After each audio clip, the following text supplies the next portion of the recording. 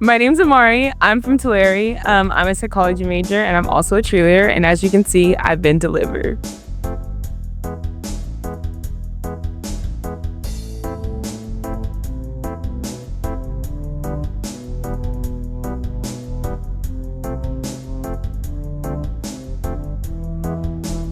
Okay, so I first fell in love with cheerleading at the age of 4. My dad was a head football coach for a Pop Warner team back home, and all my brothers, like I have older brothers and I have a brother that's the same age as me, but they all played football like pretty much all my life. And I just remember going to their games and I wasn't even there watching them, honestly. I was always just watching the cheerleaders and I would mimic what they would do. And my mom was like, I think I'm gonna put her in cheerleading. I had the opportunity to do any sport, honestly, but I think cheerleading is what stuck with me. And I've done it all my life. I played other sports too, like I've done track and I did volleyball, but in high school, because volleyball and cheer were at the same time, I had to choose between the two. So I just stuck with cheerleading. In track, I ran the 100, the 200, the 4x1, and then our coach made us do 4x4s during league meets. It's terrible, absolutely terrible. Yeah. And then my junior year, I got hurt, so I was like, yeah, no, I'm done.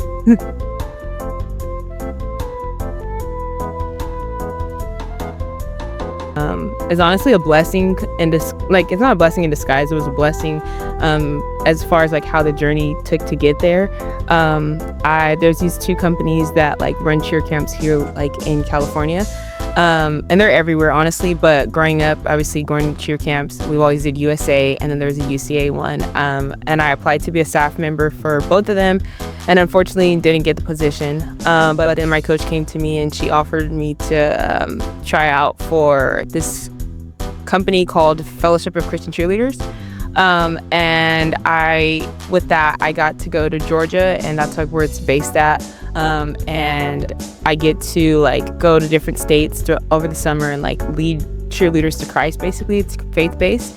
My favorite thing about that is just getting to connect with the girls and different teams, and not only that, even with their coaches. Like some of their coaches are new, some of the coaches are like team moms and they don't even know what they're doing. They're kind of just stepping in until they can find a coach, and we're kind of there to give them some type of structure. My favorite thing about that though is like there's coaches that like remember me. So every time I go to Florida, shout out WA if they ever see this, their coach, like every time I go to Florida, I'm looking for them, and they like love on me and they like support me. They follow me on social media, and it's always just rewarding to see that what you pour out, like what the Lord gives you to pour out to these girls, is not in vain, and that they really look up to you. But more than anything, that they can see the light of Christ in me, and that's always like that's the best compliment I could ever receive from any of the coaches. So that would be my favorite thing. Just be yourself. I think so much in the cheerleading world, I think this is like a field or a sport that, one, we get overlooked most. We don't get recognized as a sport, but it is obviously a sport. We know that it's a sport, but I think that young competitors get so caught up in, I want to be like her when I grow up, instead of just focusing on the fact that they're on the team, and they have the opportunity to allow themselves to be themselves and be their own unique person.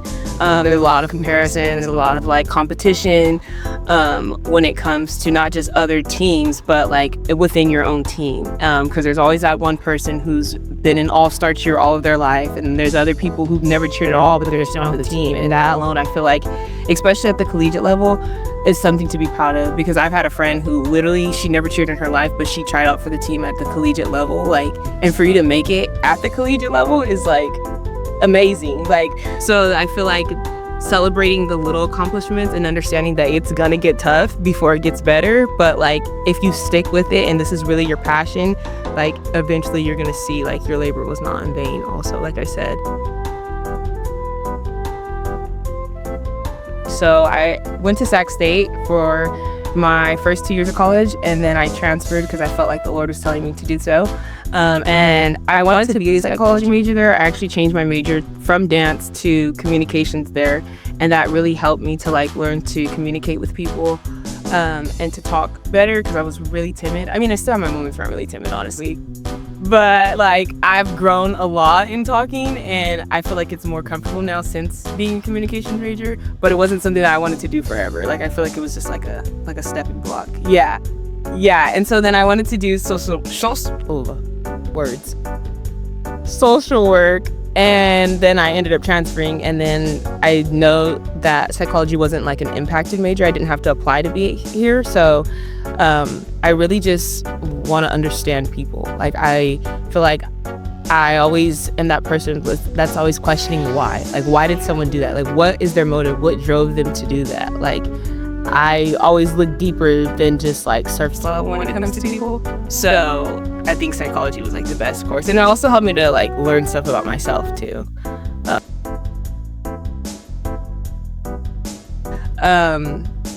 I would say it's very like eye-opening. It's amazing to see that God is at work like in all areas of life, in all like places of the world, and not just like my small town. Because I think being stuck in the valley, or just being stuck in Visalia, Tulare, that area, and being not confined, like I have to stay there, but like that's where I've been for like the last 4 or 5 years since I've gotten saved. That like I'm always used to seeing like within the 4 walls, or like being surrounded by just like a few people that are like-minded.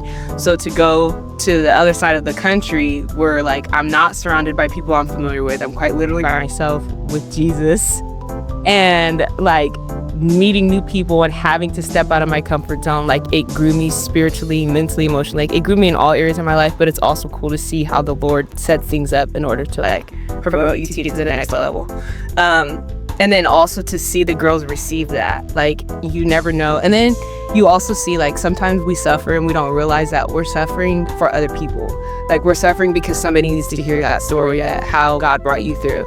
And that's something that really spoke to me this past summer. Was like there was girls that I suffered immensely last summer, and I was like, I don't even know what's going on. Like, why am I going through this?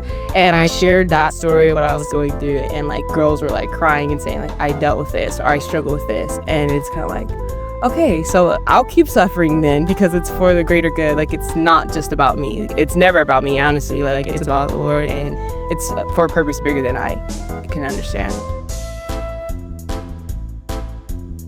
In a moment that I felt God's presence, there's this camp that we do in Dallas Baptist.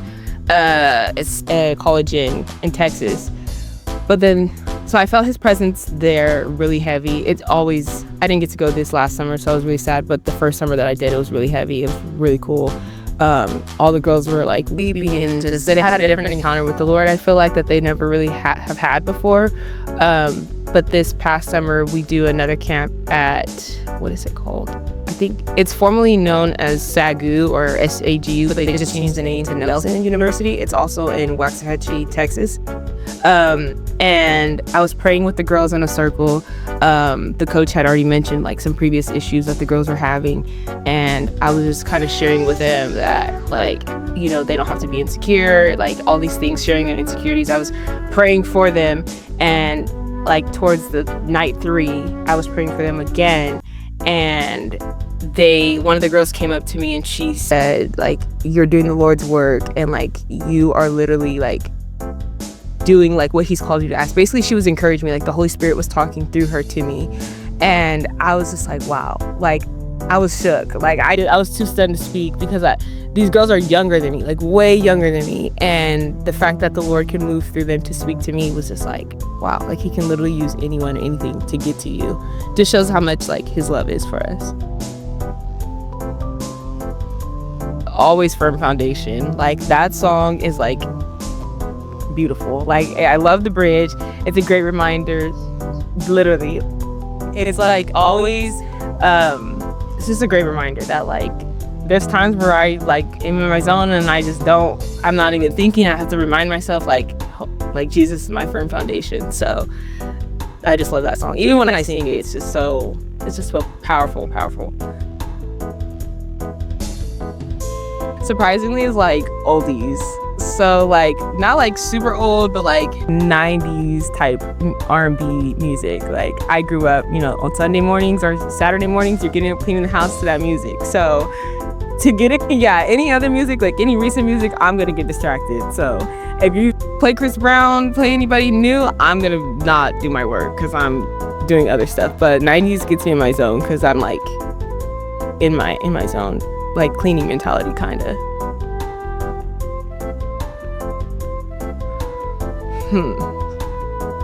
I would say I never go wrong with crunches. Like I will do crunches any day. Like that's my go-to. I'm not gonna skip it. When all else fails, I'm gonna do 50 crunches. And sometimes I do it with the weight, sometimes I don't. It kind of just depends on what I'm feeling like that day. But always gonna hit crunches. So actually I don't have the motivation to go to the gym all the time. I think at first, being an athlete, I was like, this is a lot. To try to go to the gym 5 times a week and go to practice and cheer games, I'm sorry, the gym's just not gonna see me. It's not helping me. So I did it. But now that cheer's over and I've retired as a cheerleader, I want to stay fit. So I have to tell myself, like, I'm not gonna stay fit by staying in my bed. So I have to get up and just like, I'm trying to train myself to get into the habit now of like working out every day at least 5 times a week, so that even when I graduate, like I still maintain that, like, and I go out to the real world and do big girl things. Like I'm like, that's part of my daily routine to go to the gym. But also like my friends will make jokes, like they'll call me big back or something. So I'm like, okay, well you just said my back was big, so I'm gonna stay in the gym because I don't want my back to be big. So I always think about the future too. Like I always want to be healthy. I want to stay healthy. So yeah, I guess that's my motivation. But when I'm there, I don't always want to be there. Always a hot shower. Oh, I love, like, that's my favorite part. The workout to be over, it's done, the torture's done, and then just take a shower and relax and just breathe. That's always the best.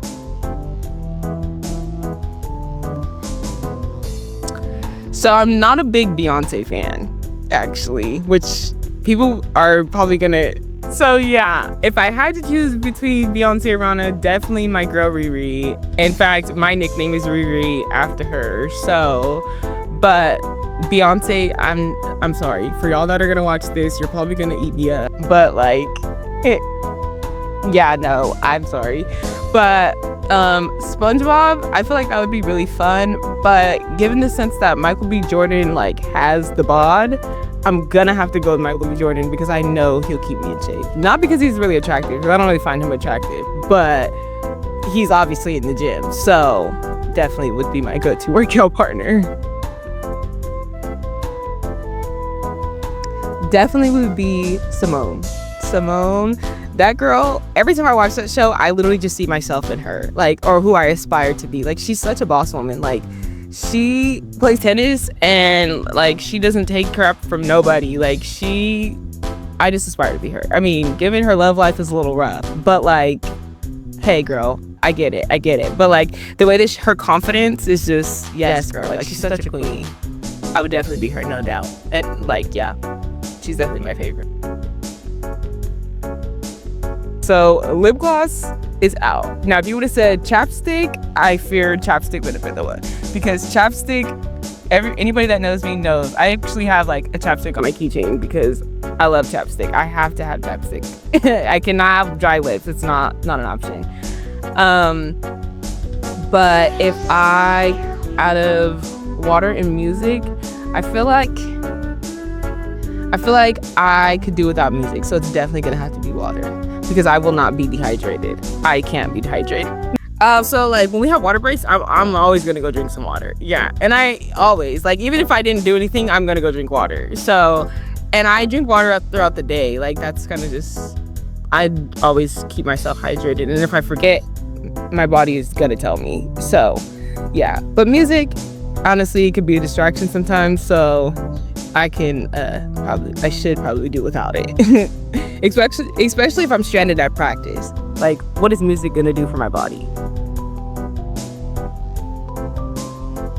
So my toxic gym trait is I will crap my workout if I don't want to be there. I will cut the workout, and as soon as I start sweating, I'm done for the day. I don't care if I've only done one superset. If I'm busting a sweat, I'm getting on the treadmill and I'm done. Like, that's it. That's my workout for the day. And sometimes, I just did this recently. It's pretty bad, but I'll go there, and if there's too many people, I'll probably do abs and I'll just get out. Like, even if I went in there with the intention of like doing a full body workout, if there's too many people, I'm going to leave. No.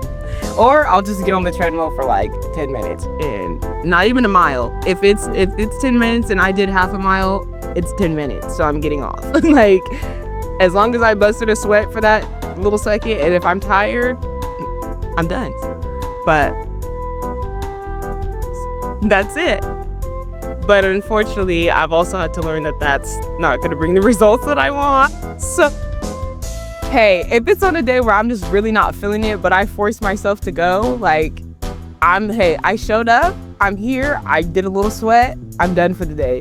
But then I'm like, regretted the next day, like, you could have finished that workout. You're just being lazy. Like, so that's my toxic gym trait, because I do it quite often. Like, it's bad. Sometimes I'll have to like not even work out on campus, because if I work out off campus, I'm more like likely to finish my workout.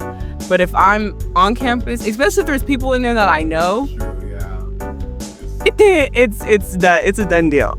Or if I have my phone on me and people are like texting me, like, then I'm sitting there just scrolling, like, girl, all that time, put the phone away. Like, you're here to work out, you're here to show up for yourself. Put the phone away. Like, what are you doing? So I fear there's a lot of toxic traits, but it's okay.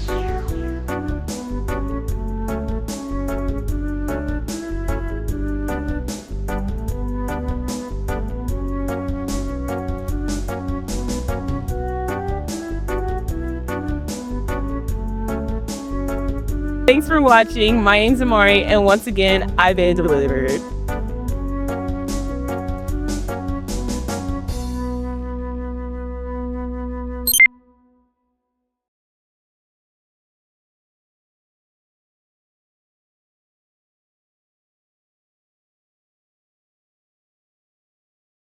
Okay. My name's Amari. I'm a psychology major, and I am. Oh my God. Okay, I'm gonna start over. Okay, so my name's Amari. I'm from Tulare, California. I'm a psychology major, and I am also a cheerleader here at FU. Oh, and as you can see, okay, wait, let's do that again. Let's go. Block. Yeah. Yeah. And so then I wanted to do words and relax and just breathe. That's always the best. Sometimes I'll go and stretch, but that's not likely. Okay, so thank you for watching. My name's Amari, and once again, wait, what? Of course. Wait, did I say once again? I don't think so. For sure. Okay, so, okay. My name's Amari. Nope, I forgot to say thanks for watching.